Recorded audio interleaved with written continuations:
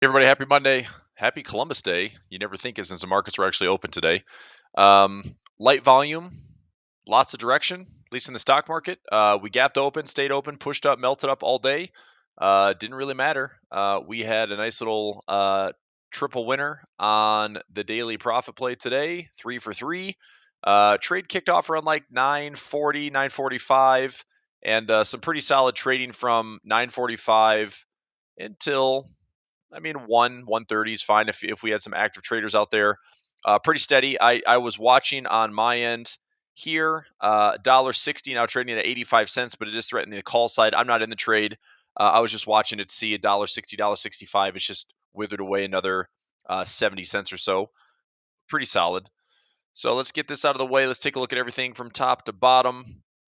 Hope you're all having a great day and a good Monday. Nice to be back in the markets. So where are we at? S&P's up 0.82%, carving out an all-time high once again. We are getting an interesting melt-up pre-earnings, interesting melt-up pre-election. If the market keeps doing it and keeps, moving the highs and blowing off the highs, okay, cool. I guess we're just trying to participate and stay invested. I take off a little hedge today. Well, not a hedge. I actually was long on micro E-mini futures.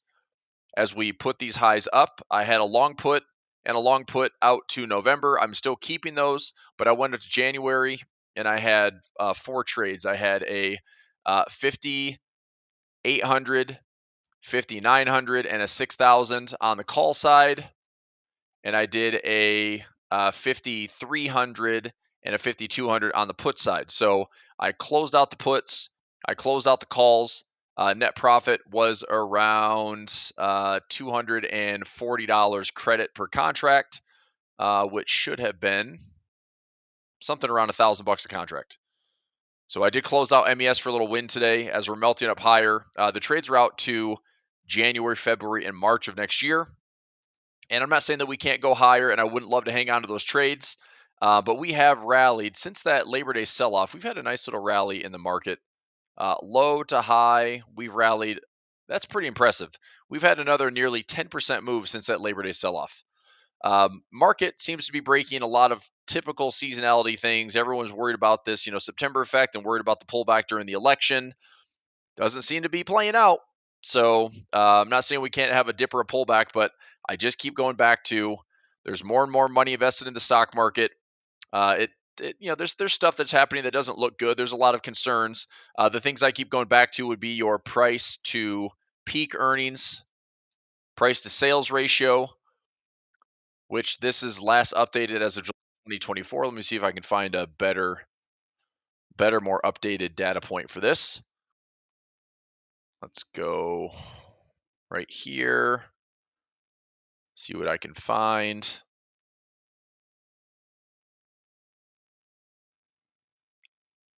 Give me some posts. We just notched our 45th all-time high today for the S&P 500. U.S. core CPI inflation has been above 3% for 41 straight months, the longest period of elevated inflation in the U.S. since the early 1990s. Everything's fine, right? The Dow's crossed the $43,000 mark for the first time, its 6th 1,000-point milestone of the year. What? Wow, that's impressive. So the Dow is at 43,083. You mean to tell me that the Dow started around 40 or 37,000? Looks like it. Dow started, you want to go year to date on the Dow. 1, 2, 3 here. We started in January. Yep, right around 37,000. So impressive run. Let's just say we're up 6,000 points on a 37,000 starting point. The Dow's having a pretty darn good year. The Dow's up 16+% year to date. If we go to sectors and just have a look at everything, go to the heat map where things are at right now. Year to date performance, we have the S&P up 21.91. Leading sectors so far this year, communication services 24.46. Financials with a big pop on Friday. We have more financials coming out this week, 23.7. Industrials making a surprising run to the top of the food chain this year, 21.43%. And utilities, also another surprise to the top of the food chain, 25.14%. Sectors are all in green. Underperformers would be real estate. Underperformer would be consumer discretionary. We've got some impressive numbers there. I mean, 20+% on 1, 2, 3, 4 sectors with technology. Just behind that, 19.91. Almost 5 sectors out of 11 closing at 20+% this year. It's pretty good.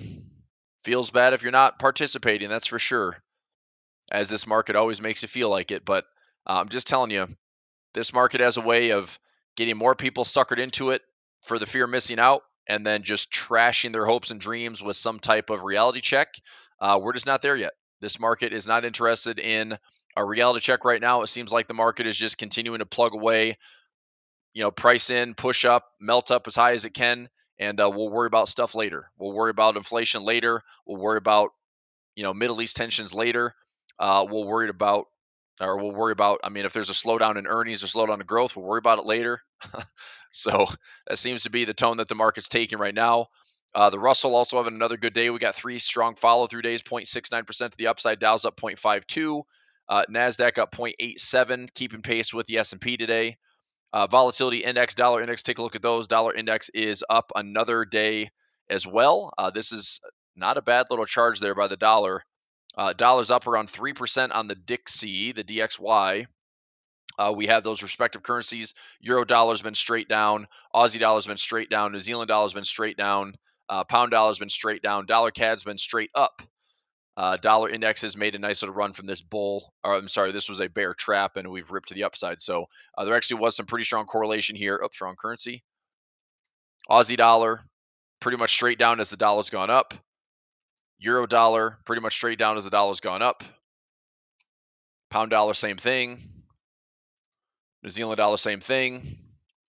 Dollar CAD straight up as the dollar's gone up. Dollar Swiss, not as straight up, but still has made a pretty good charge to the upside, closing out of this little bear trap zone and closing higher. And then dollar yen also making higher highs and pulling back some inefficiencies.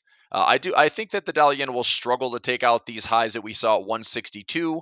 But at the same time, I'm also thinking we're going to take a long time to then turn over and then break the lows back below 140 as well. So I told traders this for weeks now, just be prepared for some more indecision and chop on the yen crosses as we're trying to basically navigate, the major high that we had back in July, the lows we saw, most of them hit on August 5th.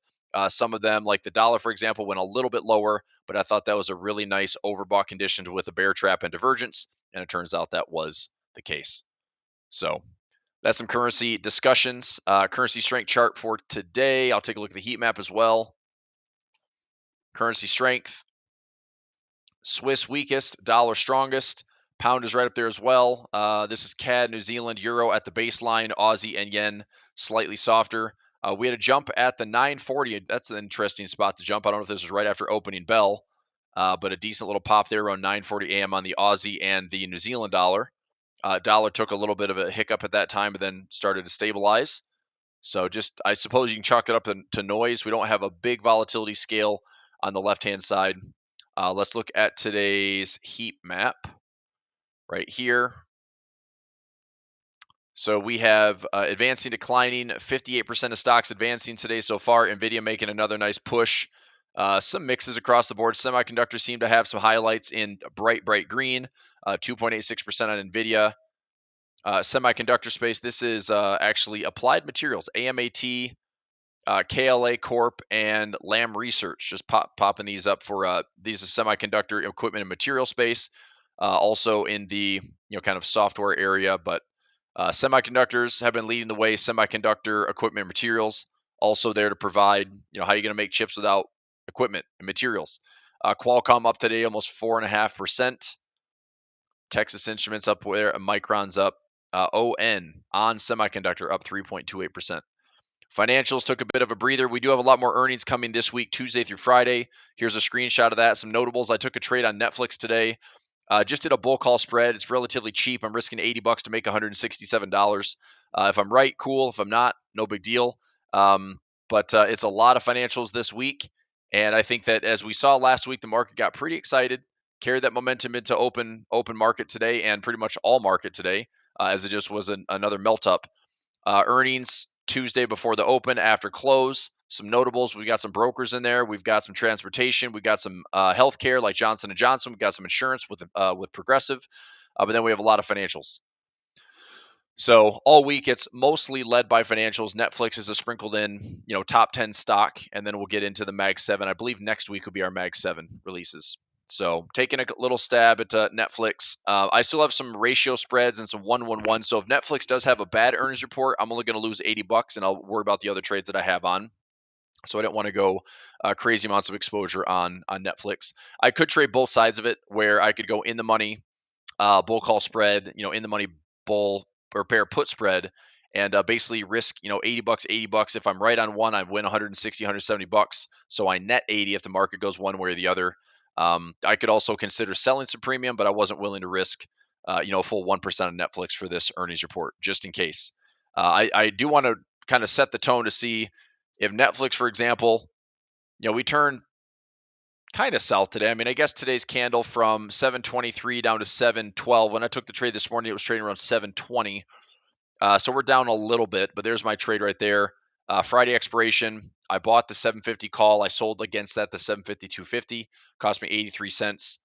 And hopefully I can grab that $60, $65 if price pushes up. We're expecting about a $50 move, about a $50 to $55 move per market makers this week. So if that is correct, getting up into like the 760s or 770s when a positive beat, that'd be exciting. If we have a negative push, this is a small loss.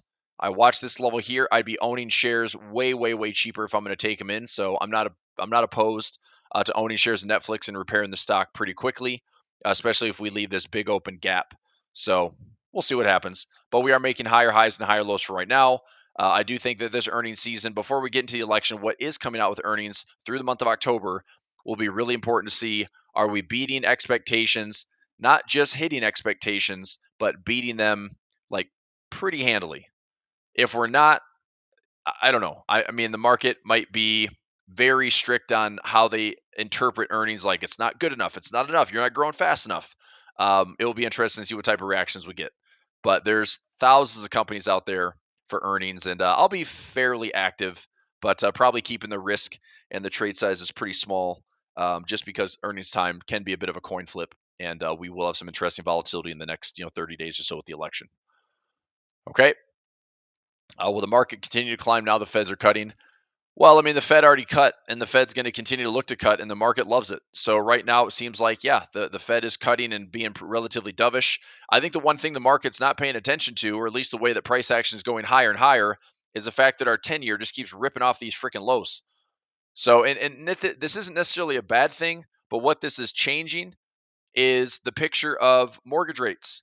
Okay, I mean, your 30-year mortgage has gone up from 6.09, 6.08, now to 6.32. This is not what people want to see in housing. Nobody wants to see higher rates. The 15 years down to 5.41. So, I mean, that's not a good sign. You're not seeing the correlation of, the Fed cut rates. Why is the mortgage rate up? Well, it is because we still have higher yields kicking in. Like the 10-year has jumped up over about 50 basis points. Okay.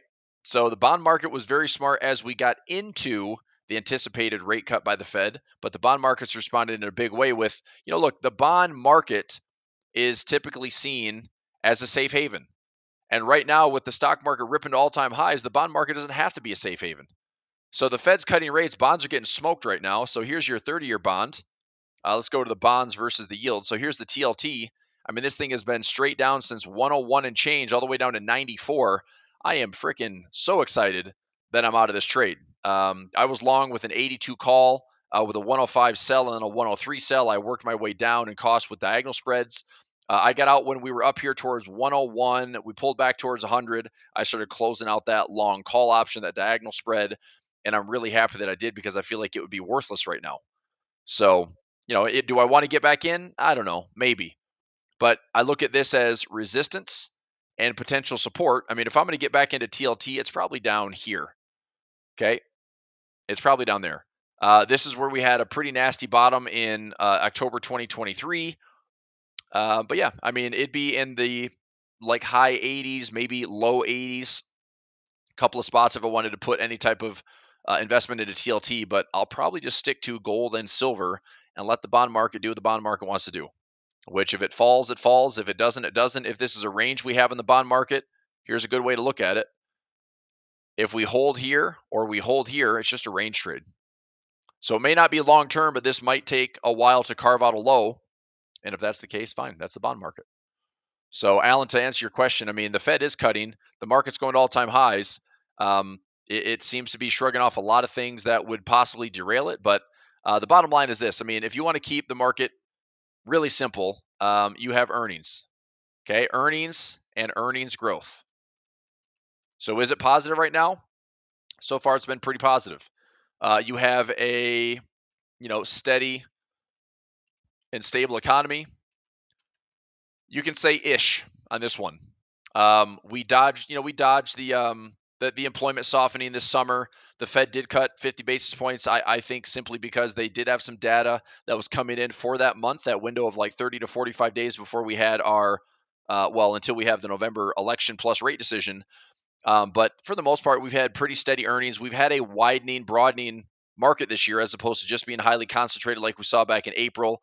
And then it started to broaden out a little bit, but we saw the deleveraging in the yen. So our pullbacks were April and July to August. That pullback in September was a bit of a holiday fluke in the September effect, grabbing the market a little bit, but it didn't stop the market from buying the dip. Okay, so earnings growth has been pretty positive, steady, stable economy. The U.S. has continued to show that the economy is pretty resilient. The reality, though, is that the U.S. economy is not everybody's winning. The U.S. economy is this: those that are winning versus those that are losing. Okay, call this your top 1%, call this your top 10%. That's who's doing well. Your bottom, let's say 80%, not doing great. Your bottom 70% living paycheck to paycheck. It's not a fair recovery. Okay. Now, the stock market ripping to all-time highs through 2024 after a 2-year drawdown, blowing off the top and having some room to run. I think the economy can run hot through the rest of this year, even into Q1. I do think there's going to be a reality when we're hitting some peak levels that we haven't seen in a while. Something like this, for example. Price to sales over time, we're getting pretty high up. I mean, the last time we saw these levels were before we turned into a bear market in 2022. And if I go peak sales, okay, price to peak earnings right here, toppy bull market. Again, data goes back to July 2024. I'd like to see if I can get this updated. But last time we saw this high was April of 2021, and then all the way back here into the 90s and 2000s. And we all know how that played out. 2021 was not a good year as far as late 2021 when things started to show signs of deleveraging and overvalued. Tech took it first and started to top out in Q4 of 2021. The S&P topped out January 2022. We proceeded to see a 25 to 35% correction in the stock market, which was a pretty healthy bear market. 2000, 2001, way worse for wear. Those things that were overvalued were just getting demolished. 90+%. Pullbacks. Amazon, 90+% pullbacks. The NASDAQ down 80+%. Brutal, right? Not saying that has to happen again. It's just, these are levels we haven't really played around with. Last time we get up there, things happen. If the market's overvalued, the market has a way of, rebalancing. The market has a way of finding reversions. Okay? So if the market's equilibrium is higher for now and then pull back later, that's what we're going to be watching. So if I go back in time, okay, there's not much to go back on here. I mean, this goes back to 1900s. And the last, 20 plus years, we've started to see these really high price to peak earnings over time. So by traditional measurements, the market is pretty overbought. Okay, it's overextended, it's overvalued. But John Maynard Keynes, classic saying, markets can remain irrational longer than traders can remain solvent. So not calling tops, having some inexpensive hedges, keeping it pretty simple. The melt up proceeds. Enjoy it. Enjoy it while it lasts. If it lasts the rest of the year, cool. If the election gets in the way, fine. If the Fed botches something and messes something up by the end of the year, fine. We'll figure it out. But for right now, the Fed is likely going to be cutting and still cutting. Here's the watch tool. Okay, 86% chance the Fed just cuts rates again in November, right after the election, by another 25 basis points. And then December, highest probability is another cut. Okay, So according to the futures market, according to the Fed Watch tool, we are still going to see 2 more cuts out of the Fed to get us into the end of the year. What that looks like into 2025, I don't know if the Fed's going to be crazy accommodative or not. I don't know what our inflation scenario is going to look like. We hit 2.4 on the CPI last week. We also saw PPI go a little bit higher. So our CPI year over year, CPI core year over year, PPI year over year, all the inflation was a little bit hotter last week. But we're doing that in this kind of late cycle extension, and perhaps there's still some momentum left. So until price shows us and confirms that it's going to turn, if it doesn't, don't force any crazy bearishness. Does this run hot into the election and then correct? Maybe. Does this run hot now, pull back first, and then get back to all-time highs? Maybe. We'll find out. But I'm keeping the charts pretty clean, prepared for some type of pullback. There's a 50, there's a 100, there's a 200. Market's pretty well supported. NASDAQ is looking a little bit better. I do want to see if the NASDAQ can break these all-time highs with some enthusiasm and some momentum, because if we break the highs and then immediately reject off those highs, it's probably not a good sign. Although this low and this trend line could still act as some support. Okay. Let's see. Carla, can you clarify? Do I look for the 15 delta on the sell call and the sell put? Yes. Yeah, I mean, you said it perfectly, Carla. You're looking to find that 15 delta on the call side and the put side. That's where you're going to put your sell trades. I know you've been in session with us live. Have you watched the education where I talk about those deltas? I talk about why we, sell what we do and buy what we do and how we place the strategy this morning. 5 wide's fine. So tomorrow in session, I'll do this. I'll show you, the credits and things we can look at for that 5 wide. Okay. All right. So Qs are up.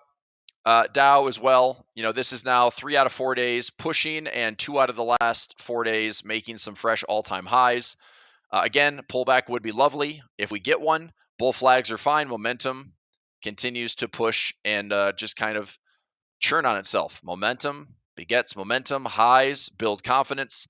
Let's take a look at the CNN Fear and Greed Index for a moment, just in case. I don't know how frothy we are getting to the upside, but let's see if it's extreme greed. Oh my gosh. S&P 500 in its 125-day moving average is in extreme greed territory. Stock price strength is extreme greed territory. Stock price breadth, extreme greed territory. Put and call options, greed. Market volatility is neutral. VIX is around 19 right now, 19 to 20. Safe haven says extreme greed. I think that's interesting. Difference in 20-day stock and bond returns. So the market is clearly inching towards higher and higher stock returns versus bond returns. That would be your greed. Junk bond demand, greed. So junk bonds versus investment grades, meaning investors are still looking somewhat greedy, going after higher yield, willing to take a little bit more risk. So that's a pretty good assessment. I want to go to the AAII sentiment survey really quickly, just to see where we are at. As of the 9th, 49% bullish. The 52-week high is 52.9. I would be expecting a bit of a pullback. I think this is something we should be paying attention to. Okay, this is something we should be paying attention to over the next couple of weeks, because if our bullish sentiment exceeds 50%, okay, that gets a little high. If we look at the 1-year high versus historical averages, look at this. When we had the 1-year bearish highs around 50%, we've clearly bought every dip the market's offered this year. And we had a 1-year bullish high at 52.9. We clearly had some pullbacks in April and July and August. We had a pullback in September. So I'm not exactly sure. I would imagine a lot of this, bullish high was coming in July. The market, obviously had a bit of a brink moment where it's like, oh my gosh, this could get way worse. But we shrugged that off. But we're going to get back up to 49. I don't want to say this is going to make me a contrarian, but it's going to make me get a little bit more protective on the profits that I do have, and probably a bit more aggressive on some short-term hedges if we get into the 50+% zone. So, Harry, that's a good question. Harry's asking, do I have a comprehensive course and options trading. I'm actually in the process of finishing a course this week that I'm going to call the Weekly Windfall. It's a trade that I take every Monday, and it's going to be exciting. I'm actually going to do a webinar on it on Sunday afternoon at noon Eastern time. So I'll have more details on that. So for this week in these sessions, I'll post that link if you want to register for it and be with me on Sunday afternoon. But I'm going to build out as a part of that course. I'm going to build out like a pretty extensive like universal options course that I can just be a standalone and just really easy ways to think about the market mechanics. Um, I don't like teaching options, especially to new traders. I don't like teaching options with like the very typical, like, this is the right, not the obligation. This is what a put is. This is what a call is. All that stuff it's fine, but it's not practical in the sense of tell me what you want to do as a trader and I'll show you how to trade options, right? If you want to be bullish on something, I'll show you how to express that in the options market so you can take low risk, high reward, or even risk, even reward, higher risk but higher win percentages. Like there's always trade-offs in the options market, which is why it's my favorite thing to trade. And anything that I want to do in the options market, I can trade it. So if I think the market's going to be up, I can position for that. Going down, I can position for that. Sideways, I can position for that.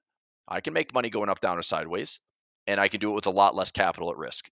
So anyway, I'm going to build that course out with part of my weekly windfall, and that will also be part of a standalone course. It's not going to be crazy expensive like the universal options course or practical options, whatever I want to call it.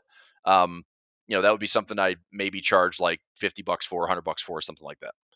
But Harry, I'd say keep your eye on that. I'll post that in my Discord. It'll be thrown out there with all sorts of different links and stuff that I can share. Just give me a week or so. But I've been working on that for the last month. Okay. All right. So AAII sentiment, fear and greed index, interesting stuff. S&P at price to peak earnings. S&P at price to sales. We are getting a little bit high. I want to say, like, I'm trying to get this like right now. I wish this data point, this says July 2024. Please don't tell me that I have to, subscribe to something just to get an accurate price to sales history tool. It's like, I want it to be now. Why can't I get October? Why can't I get September 2024 with the close, last data point? So I think it's a little bit higher than that. I just read an article today on Seeking Alpha. Let me see if I took a screenshot. Let me see if I have a screenshot.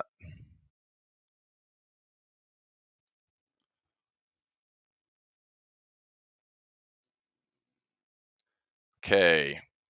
So we have S&P 500 price to sales ratio over time. Right now, okay, here's a paragraph. Trailing price to earnings, S&P 500. The S&P 500 is trading at just over 29 times trailing earnings, according to the latest reading from Guru Focus. Although, or almost exactly where it was on January 1st, 2000, a couple months before the internet boom came to a screeching halt. See, multiple has a trailing PE of the S&P 500 at over 30 now. The index changes hands at just over 23 times forward earnings for investors that are more future oriented. So look, I think 17 to 18 is the historical average, and we're trading at 29 to 30 right now. So let's do the math on that. If we'll say 17, we'll say 18. I'll go a little bit on the high side. We'll say 18 is the historical average. If we're trading at 30 right now, that's 12. We're 66%. From historical averages, we're about 66% overvalued right now, according to our valuations. Now, obviously, stocks have been doing better. They've been broadening out. Their earnings have been more optimistic. There's an accommodative environment right now with the Fed. Like, all these things are making sense. But what is clearly happening, and it will happen, it's like the market ignores a lot of stuff. If the market has blinders on of S&P going to 6,000, it doesn't give a crap that we have a conflict in the Middle East. It doesn't give a crap there's still a war going on in Russia, Ukraine. It doesn't give a crap that oil prices are all over the place. It doesn't give a crap that gold's one of the best performing assets this year. Okay? It doesn't give a crap that the dollar's going up alongside the S&P right now. The market doesn't care. So you're either, with it or you're fighting it. You're either with the momentum or you're fading it, And I just think right now that momentum all year has been pretty strong. And yeah, I'll keep my hedges here and there, but I am curious how disruptive these next couple of months are, if at all. Maybe they are, maybe they aren't. We don't know. Okay. All right. Rodney, you can join. So my sessions that I run at 10:15 with the A1 trading team, you can join there. Yeah, they post the links in there. It's I push it through my YouTube channel as well. Yep. So you can see that they'll either share the Discord channel or the Pulver alerts for A1 trading. I can share that in the morning. I usually run that session with them at 10:15 a.m. Okay. All right. So just a couple things to keep an eye on. Let me see if I can get an update. S&P price to sales. Let's go price to peak earnings and see if I can get an update here. So let's go macro trends. Where's this at right now? Where's my last data point? 5 years. So right now I have PE ratio as of May of 2024. It's like, come on, man, give me some new data. Sheesh. Subscribe. Ugh. Give me some data. All right, that's not enough. I want more recent data. Here's the Guru Focus that was mentioned in that Seeking Alpha article. So right now, let's go to the last 3 years. Okay, 29. I'm going to save this. So Guru Focus, I'm going to save this screenshot. We have the S&P 500 PE ratio right now trading at 29.55, higher than where we had it back in July this year. Let's go back to a 5-year history. Okay, we get back to 2021. This is interesting. We were up into that's crazy. According to their calculation, whatever model this is, we were up into the 40s. That's pretty darn high. So, wow. So we're at 29.55. Let me go back a little bit more historically. So outside of that top that we saw back in 2021, 2022 for a bear market, what's interesting, if this is correct, this is January 2021. This was not a top. Okay, January 2022, that was the top. So even though this retreated, I do wonder if that's where the kind of the concentration started happening. Stocks had turned over. We started to see like more of the concentration, and then late in the year, like late 2022, the market dropped off a ton. So anyway, I'm going to save this screenshot here. Save this chat. So this is S&P PE ratio updated current data. So price to earnings. Okay, there's that. And I'm looking at price to peak earnings. See if this will give it to me. Nope, last data point's July. That's the same website I already have. Price to earnings, price to earnings, price to earnings. This one. That's probably the same thing showing over 30. Yep, 30.38. This goes back to 1880, all the way back in year 2000, 2001, 2021 to 2022, peaked out 2008, 2009. All right, I'll save this too. It's just price to earnings. This isn't the end all be all of like, oh my gosh, the top is coming. It's like what's silly is look at how consistent this was, and then just look at how ballistic this has been. This is what makes trading very interesting because our last 6 years of trading have essentially been bubbles and busts. Have they not?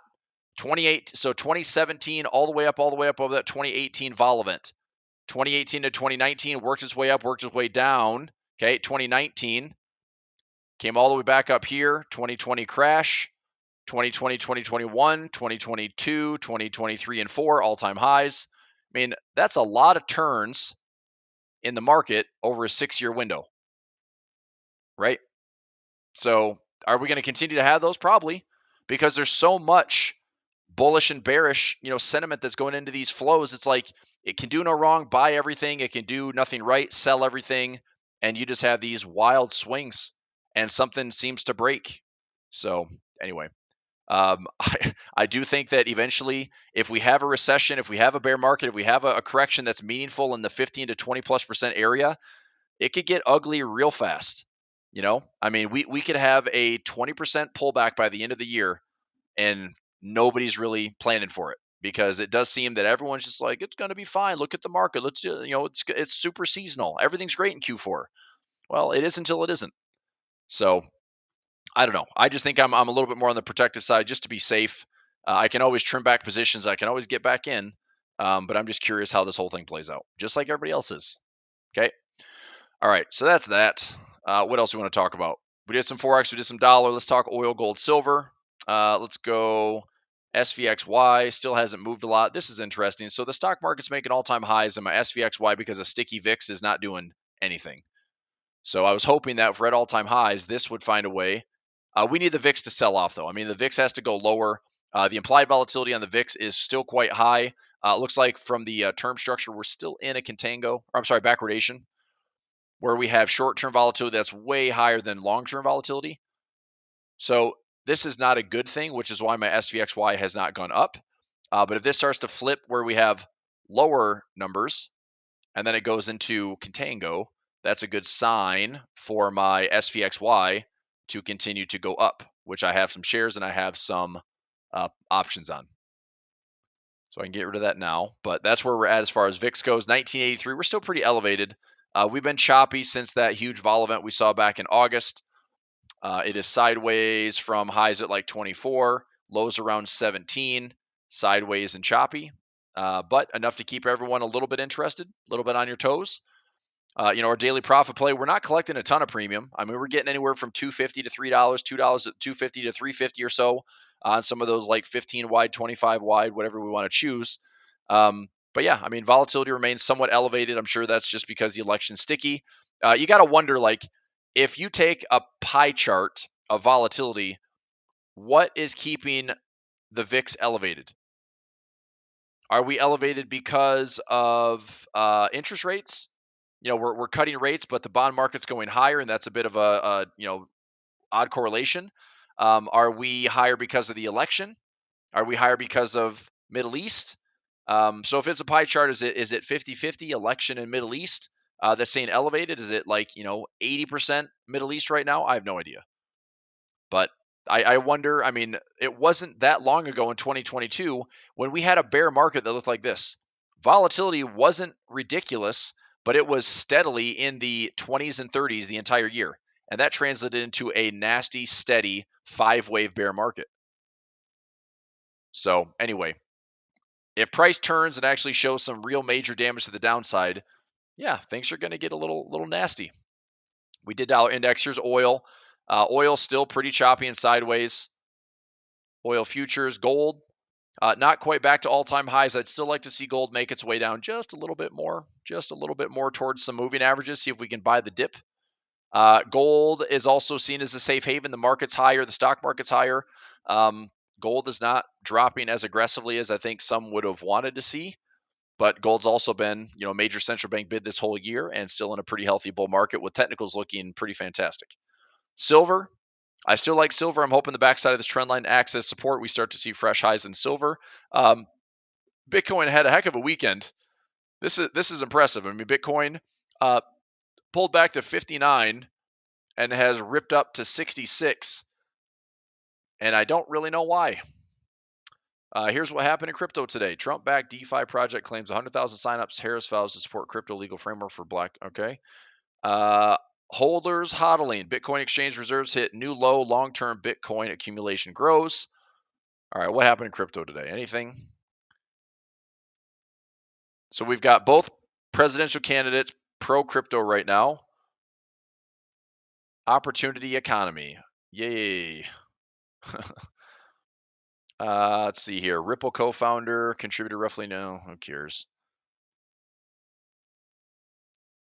FTX also, bought some users. So did Sam Bankman-Fried. What was that his name? Sam Bankman-Fried? Sam Friedman Bank, whatever. SBF, I think. Let's see. Ethereum's post. Ethereum protocol. All right. Oh, this is wild. So we got Bitcoin, Ethereum, others. Okay. I mean, that's just a big run. That 59 low to current price, that's a 12% rip in Bitcoin. What I'm liking is some of the peripherals. So I bought a long call today on BITO that goes out to 2026. I'm still long IBIT with dollar cost averaging. I'm long some FPTC with dollar cost averaging. Holy fudge, man. MicroStrategy is just on a tear. This thing has blown through all-time highs. It's pulled back, obviously, but we blew through all-time highs by 13%. MicroStrategy making all-time highs without Bitcoin going with it.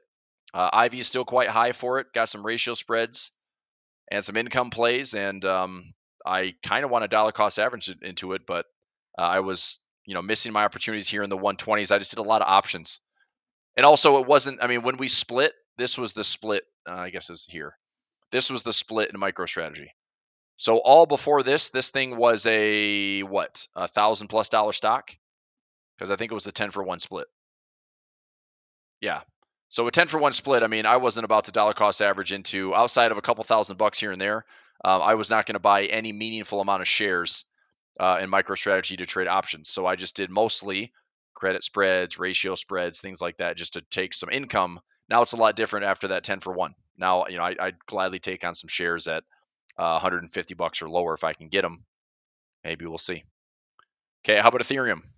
Looking better, looking better. Got some credit spreads on Ethereum, EETH. Hopefully get back above $60 on this one. Copper, pulling back a little bit. I pulled my trade on copper. I'm not that interested, although this is looking somewhat bullish. If this is a rally and this is a pullback, did we just create a bull pattern here?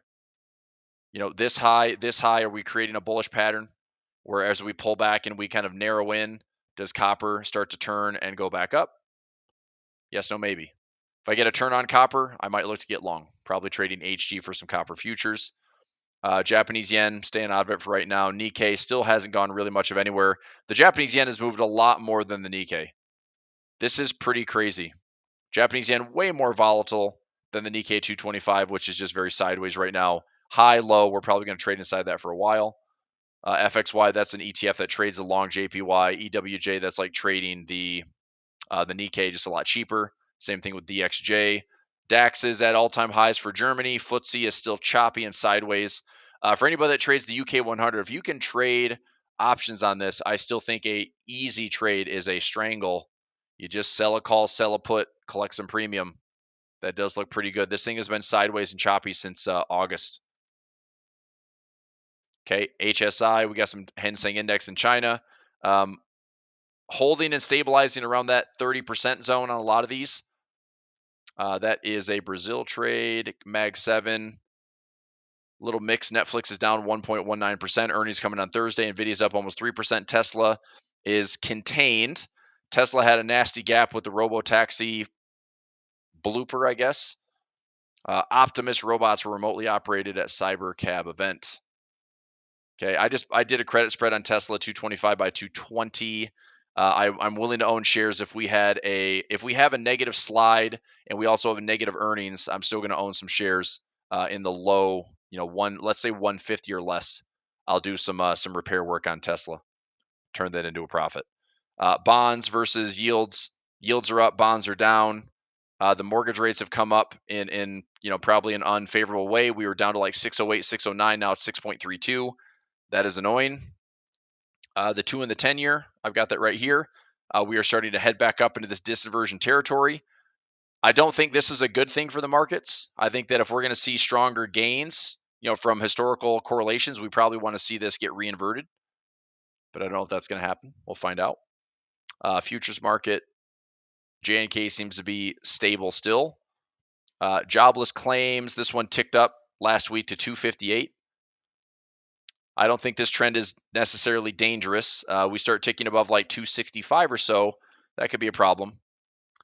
And it's going to happen. I mean, we're going to have something where like tech is all bottom line oriented, corporate America is bottom line oriented, AI and full automation, humanoids, robo taxis, freight, it will displace workers. And so there will be a time where we see that this is trending higher, dramatically higher, and jobs numbers, jobless claims, continuing claims, initial claims, all these things will factor into a softening or worsening labor market where things become problematic.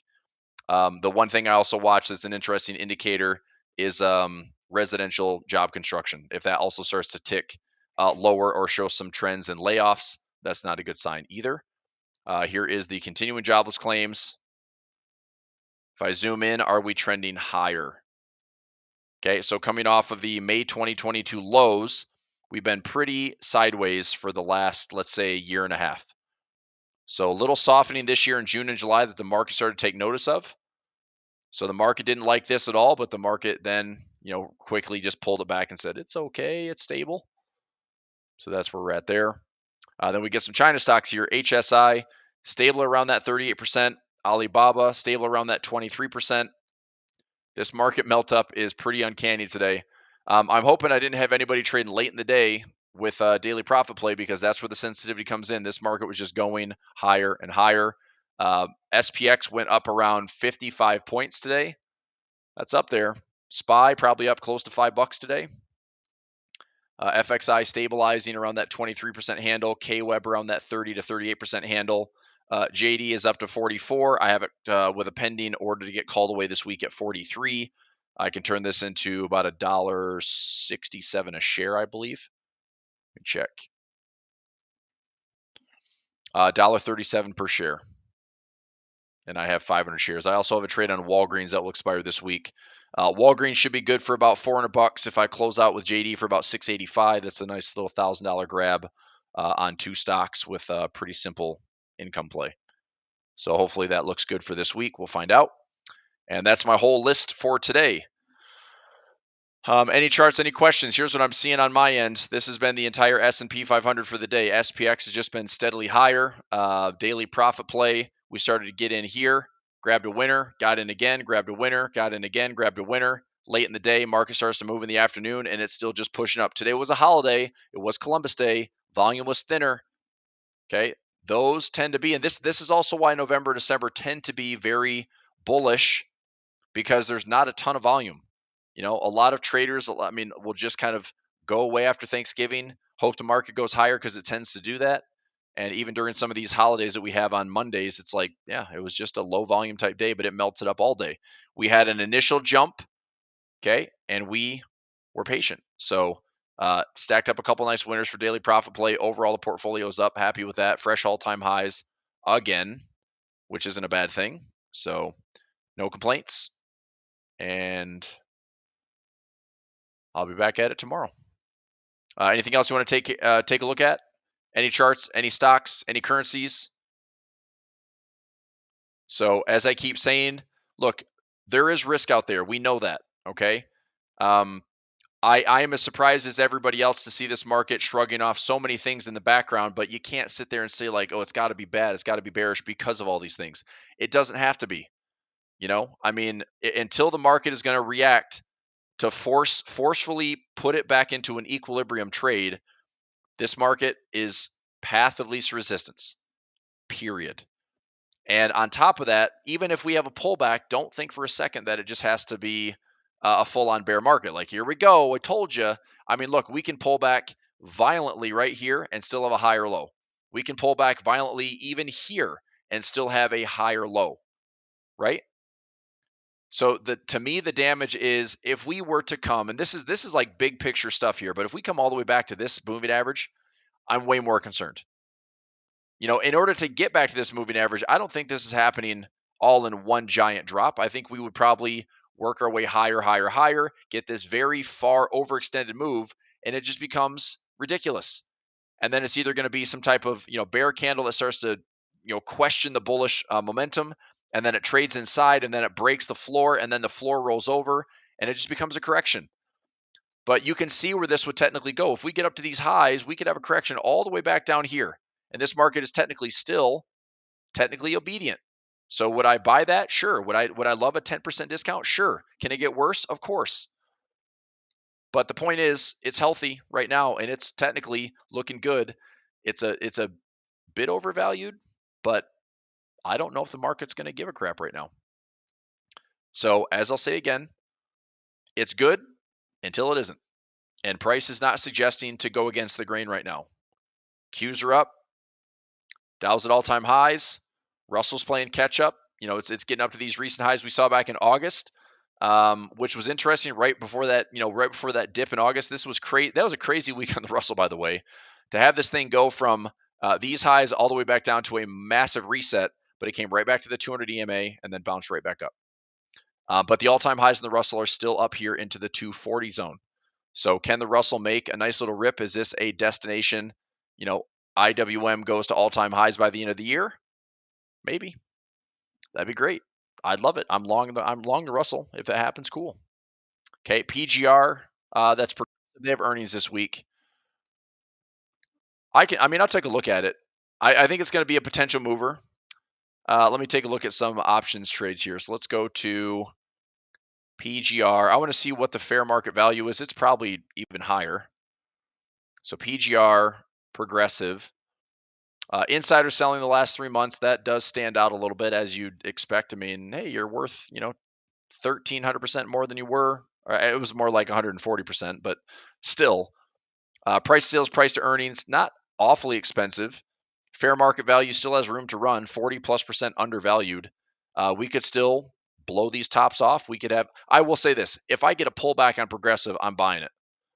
Even if I just dollar cost average the thing, I will buy it. So if we pull back to here, anything in this area, and especially with a gap, if we have an earnings report this week and it gaps lower for whatever reason, I don't know how they could possibly miss earnings.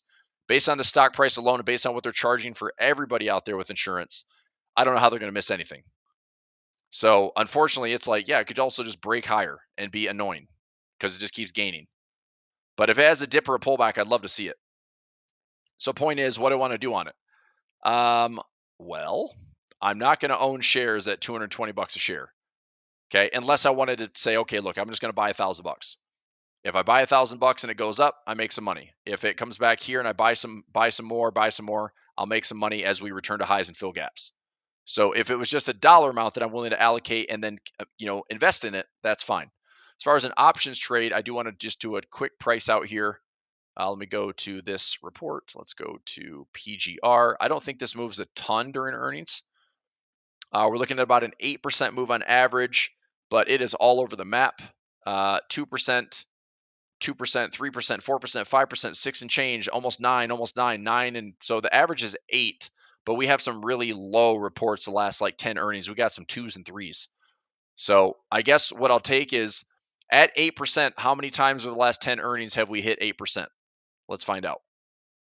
And I think Progressive is fudge. It's tomorrow before market opens. So there's not really much I can do on it right now. I'm not going to get this trade in 5 minutes, but I guess I'll watch it.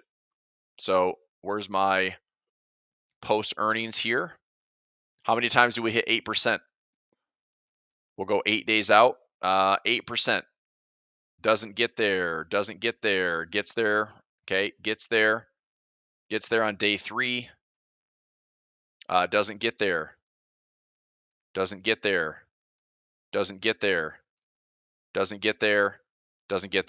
So as far as being long options, I don't think that's a good trade. Now, we can obviously miss, and it's super expensive. If I want to sell options on Progressive, here's one way I'd look at it. So let's go PGR. I'm probably not going to be able to get this trade in before close today.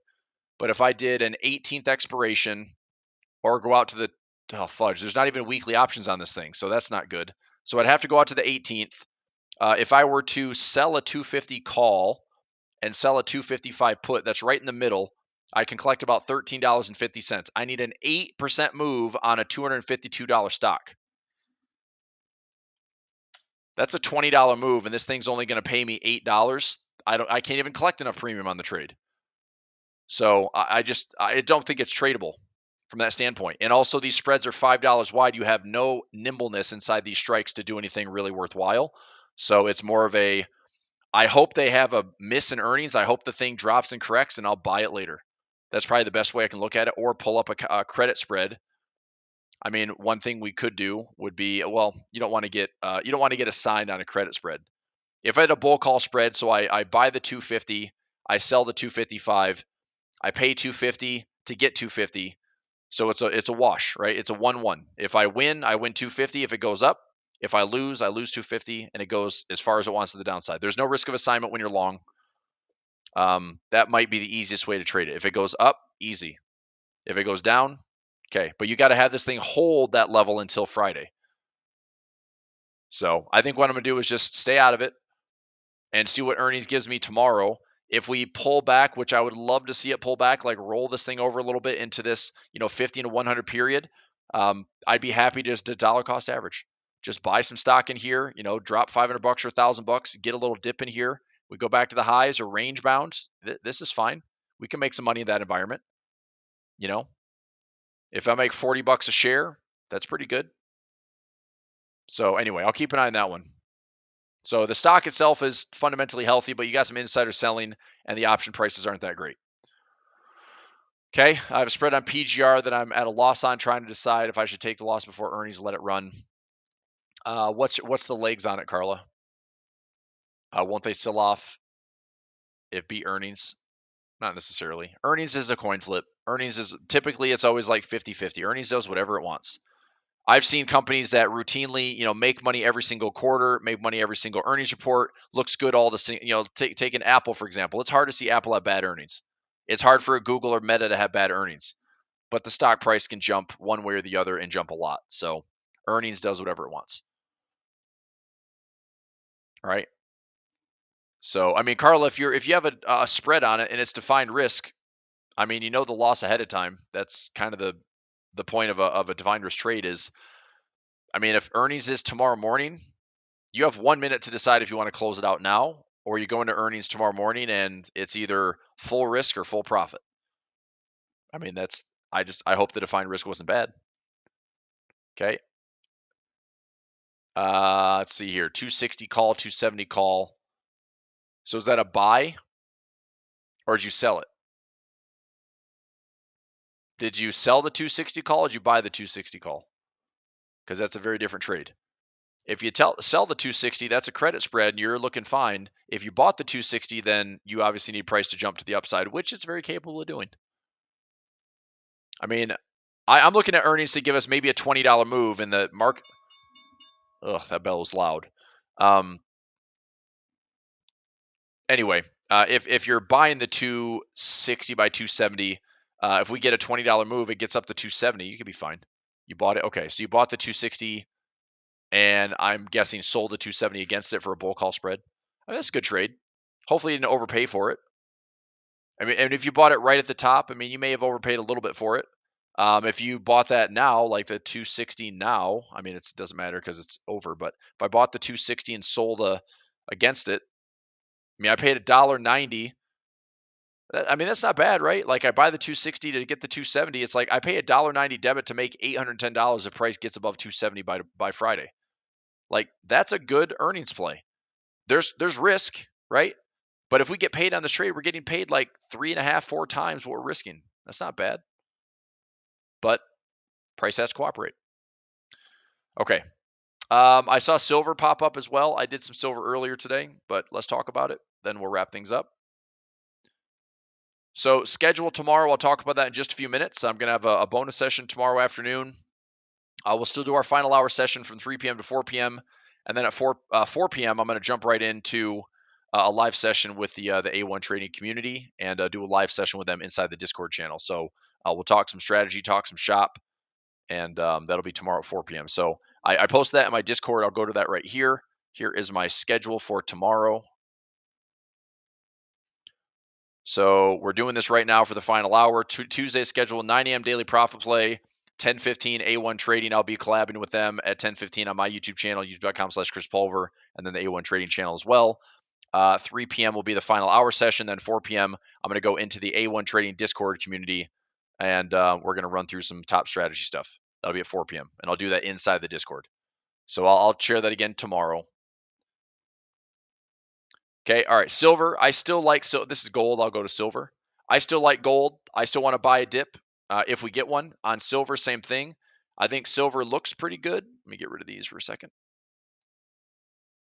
I think silver looks pretty good. I'm hoping that this posture stays steady and doesn't pull back in a big way below $30. I'd like to see silver stay above $30. If it stays above 30, this is accumulation. I'm looking for this to continue to break out. Make a run towards $35.88, make a run towards $36. Overall, I'd be pretty happy with that move if I get it. So I'm still bullish on silver. I'm looking to see if this area, stays resilient and then starts to break out like just kind of a flag or a pullback zone, as opposed to it's hitting resistance, here's support, and it comes all the way back down into this level. Now, I'd still buy it at 26, but I'm not really excited to see it correct like that. Can do what it wants, but I'm hoping that we have a enough of a break here to just pull back and then go up. Okay, so that's what I like on silver, and that's what I'm trying to do on silver. All right, everybody. Happy Monday. I'll let you go for now. Be back here tomorrow. Good stuff. Okay, thanks for being with me. If you're on the YouTube channel, click that thumbs up button for me. Support, all the comments help. Anytime you're asking me, hey Chris, take a look at this, or just leave a comment if you're watching the recording afterwards. That always helps the channel. You know the drill. All right, thanks. We'll see you tomorrow. Take care. Bye.